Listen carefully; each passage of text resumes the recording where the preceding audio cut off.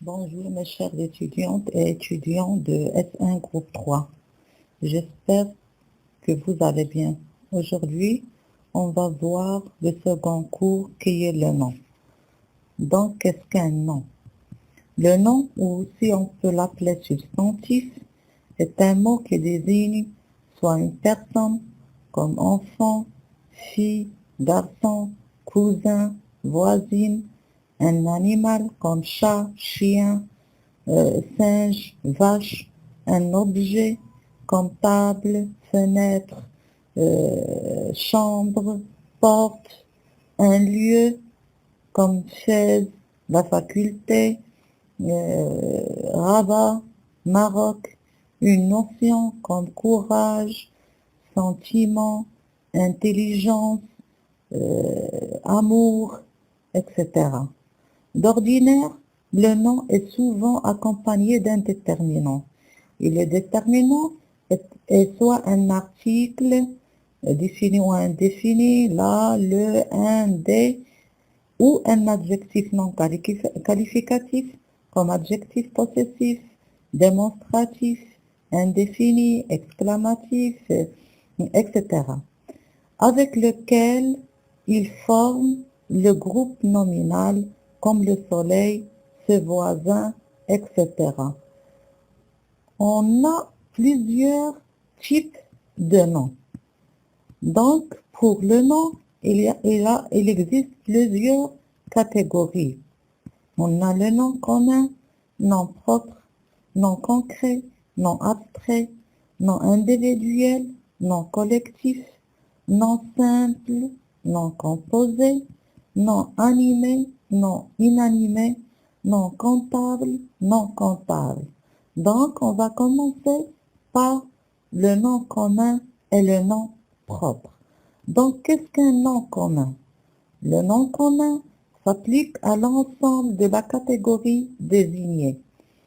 Ainsi, mer, sentiment, table, chat, chaleur sont des noms communs. Ils commencent souvent par une lettre minuscule et elle est toujours précédée d'un déterminant. On a la cousine, un étudiant, notre maison, ce chien, la chaise. Là donc, un nom commun est toujours précédé d'un déterminant pour être intégré dans une phrase. Le nom propre commence toujours par une lettre majuscule et désigne une personne, un animal ou une chose en particulier. Dans les noms propres, on trouve des prénoms comme Aïcha, Amin, Iman, Marwa, Mourad, des noms de famille comme Idrissi, Alaoui, Mansour, Mrabti, des noms de peuple, les Marocains. Donc les Marocains sont des gens qui habitent au Maroc. Les Parisiens, ce sont des gens qui habitent en Paris, à Paris. Des noms de pays, France, Espagne, Tunisie, Maroc. Lorsqu'on dit France, on parle d'une seule France. Lorsqu'on parle du Maroc, on parle d'un seul Maroc. Des noms de villes comme Rabat, Agadir, et aussi, il peut désigner des noms des lieux qui sont uniques. Lorsqu'on parle par exemple de Hassan, on parle donc de Hassan qui se trouve à Rabat. Lorsqu'on parle de la Tour Eiffel, on parle de la Tour Eiffel qui se trouve à Paris. Deuxièmement, on a le nom concret et le nom abstrait. Donc, un nom concret, c'est un nom qui désigne un être réel ou un objet perçu par l'essence. Donc, lorsqu'on parle par exemple de chien, le chien, donc, c'est un nom qui est concret. Pourquoi il est concret? C'est parce qu'on peut le voir, on peut le toucher, on peut le palper. Lorsqu'on parle de la voiture aussi, c'est un nom qui est concret, c'est un objet réel qu'on peut voir, qu'on peut conduire, donc c'est un nom réel.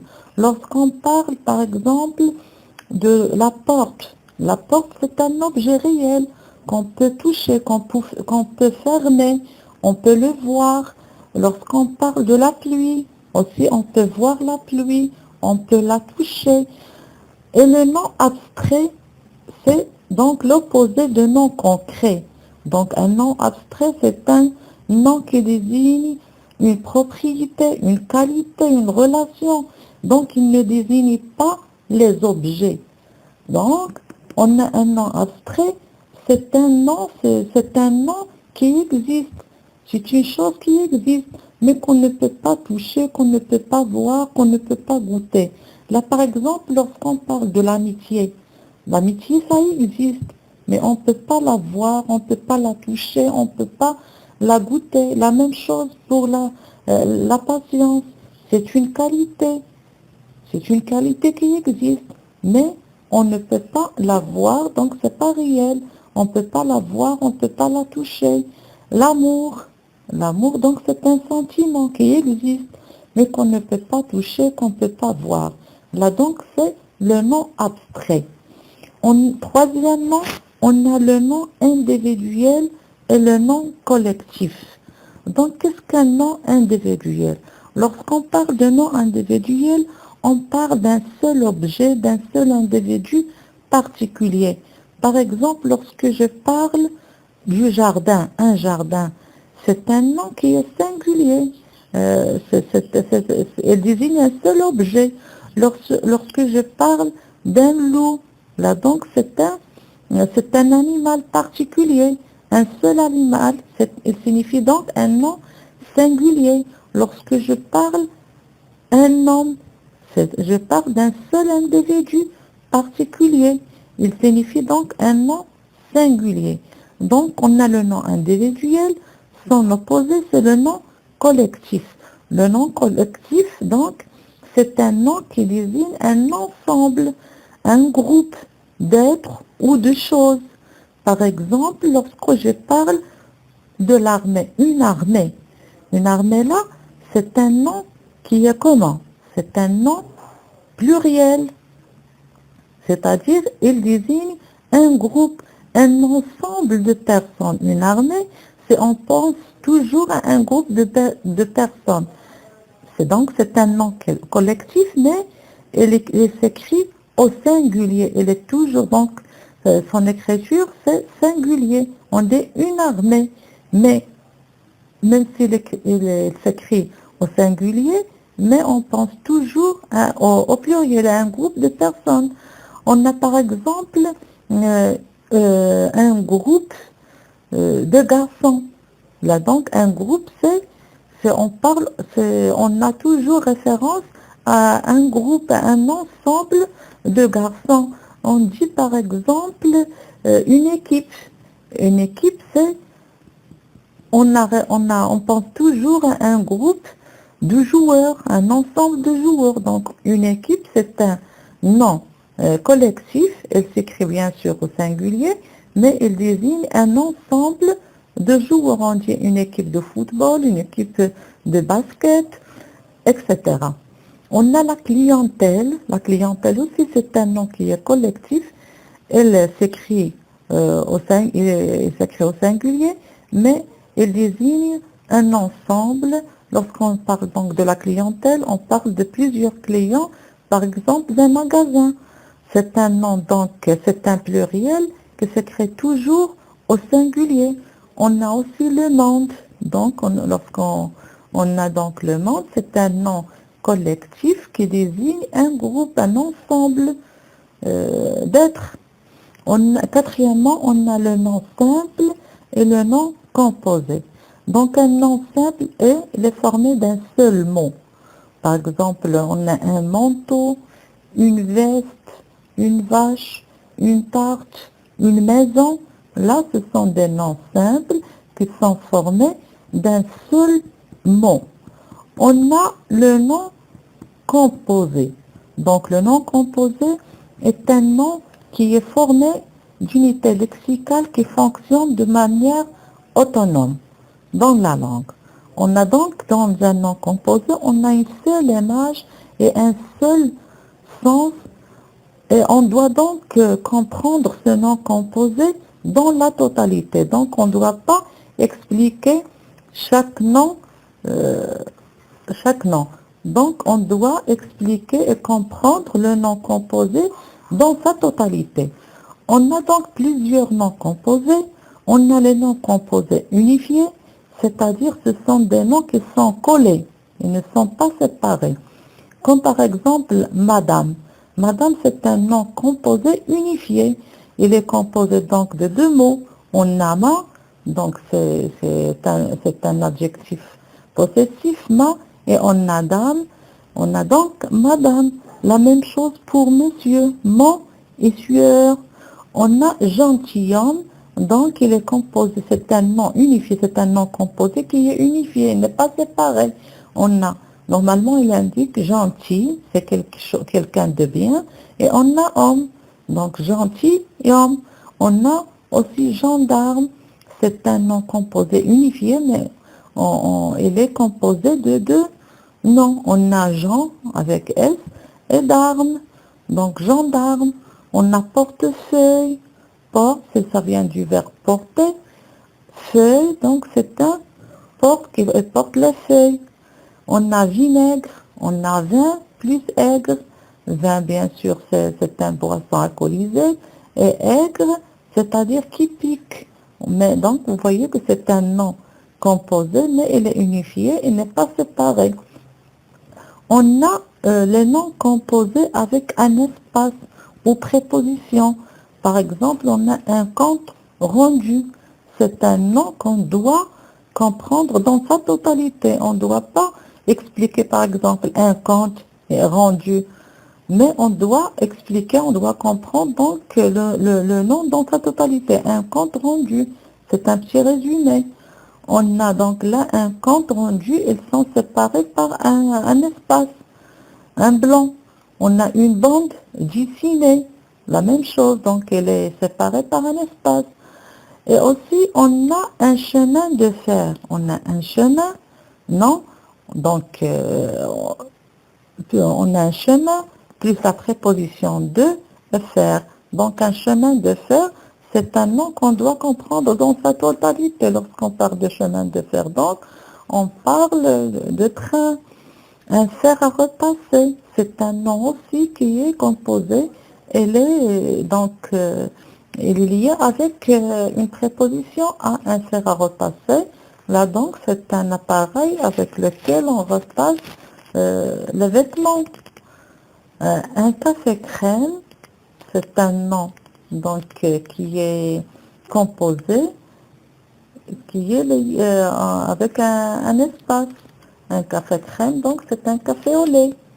Une machine à coudre, c'est un nom composé avec une préposition. Une machine à coudre.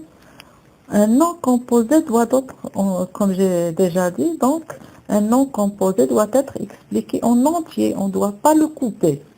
Donc il doit être compris dans sa totalité. On a les noms composés avec un trait d'union, un petit tiret. Là, donc, on a un nouveau-né, on a le centre-ville, un après-midi, un garde-manger. Un garde-manger, c'est une chambre où on stocke la nourriture. On a un sans-abri. Lorsqu'on parle, par exemple, d'une personne sans-abri, c'est une personne qui n'a pas de logement, qui habite donc à l'extérieur, etc. On a donc les noms composés avec des traits d'union et une préposition. Donc les deux. On a donc ils sont là donc séparés par des traits d'union et liés avec une préposition. Une langue de chat, c'est une sorte de gâteau. On a un va-et-vient, donc lorsqu'on fait donc un va-et-vient dans un couloir. On a un arc-en-ciel, c'est donc lorsqu'on voit de différentes couleurs dans le ciel. Donc après la pluie, on remarque souvent un arc-en-ciel. Donc ce sont de différentes couleurs dans le ciel. Un pied à terre. Là donc ce sont tous des noms composés. Donc le nom composé, donc ce sont des noms qui sont soit des noms composés unifiés, soit des noms composés avec un espace ou préposition, soit des noms composés avec un trait d'union, et des noms composés avec des traits d'union et une préposition. Cinquièmement, on a un nom animé et un nom inanimé. Donc, un nom animé, il désigne un être qui est capable de se mouvoir, de bouger, de se déplacer. Donc, c'est quelqu'un qui est actif. Par exemple, un homme, un homme, donc c'est un être qui est capable de bouger, de marcher, de courir, de se déplacer. Donc, c'est une personne active. On a un ver de terre aussi. C'est un insecte donc qui peut se déplacer, qui peut bouger. On a une plante, donc avec le vent, donc une plante pour bouger. On a un singe, une poule. Ce sont donc des animaux qui peuvent se déplacer, qui peuvent courir, bouger. Là donc on parle de noms animés. Donc les noms animés, ce sont des êtres capables, susceptibles donc de bouger, de se déplacer.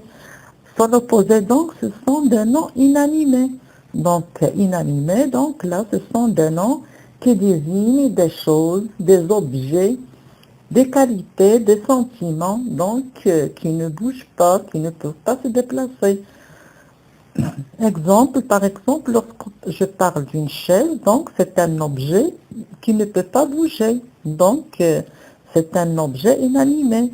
Lorsque je parle de la chance, c'est une qualité donc qui est inanimée. Il ne peut pas bouger, ne peut pas se déplacer. Le sommeil, l'intelligence, donc c'est une qualité. C'est un nom inanimé. La poupée, donc c'est un objet qui est inanimé, qui ne peut pas se déplacer ni bouger.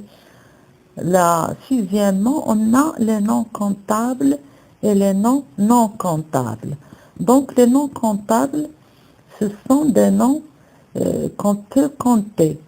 Ils sont comptables d'une manière générale. Il peut être compté. Par exemple, on dit j'ai acheté 3 livres. Donc, je compte 3 livres. Donc, j'ai acheté 1, 2, 3 livres. J'ai mangé 10 bonbons. Donc, bonbon, c'est un nom comptable que je peux compter. Il a préparé 30 tartes. Donc, le nom tarte, c'est un nom comptable que je peux compter. On dit une tarte, 2 tartes, 3 tartes, 30 tartes, etc. On a aussi donc les noms non comptables. Les noms comptables, ce sont des noms donc qu'on ne peut pas compter ou dénombrer. Par exemple, lorsque je parle du blé, le sable, la henne, l'huile, la limonade, le thé, donc ce sont des noms qu'on ne peut pas compter. Ces noms-là, donc, ils sont toujours précédés d'un déterminant partitif, comme du, de, la, de, LLID. Donc, ils sont toujours au singulier. Exemple, j'ai bu du thé. Donc, thé est un nom non comptable. Il est précédé de déterminant partitif du. J'ai acheté de l'huile. L'huile aussi, c'est un nom non comptable.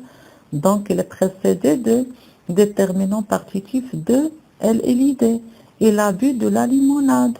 La limonade, donc, c'est un nom non comptable qui est précédé du déterminant partitif de la. On a besoin d'eau pour vivre. Eau, donc, c'est un nom non comptable précédé de.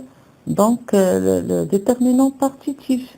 Donc, on a les noms comptables et les noms non comptables.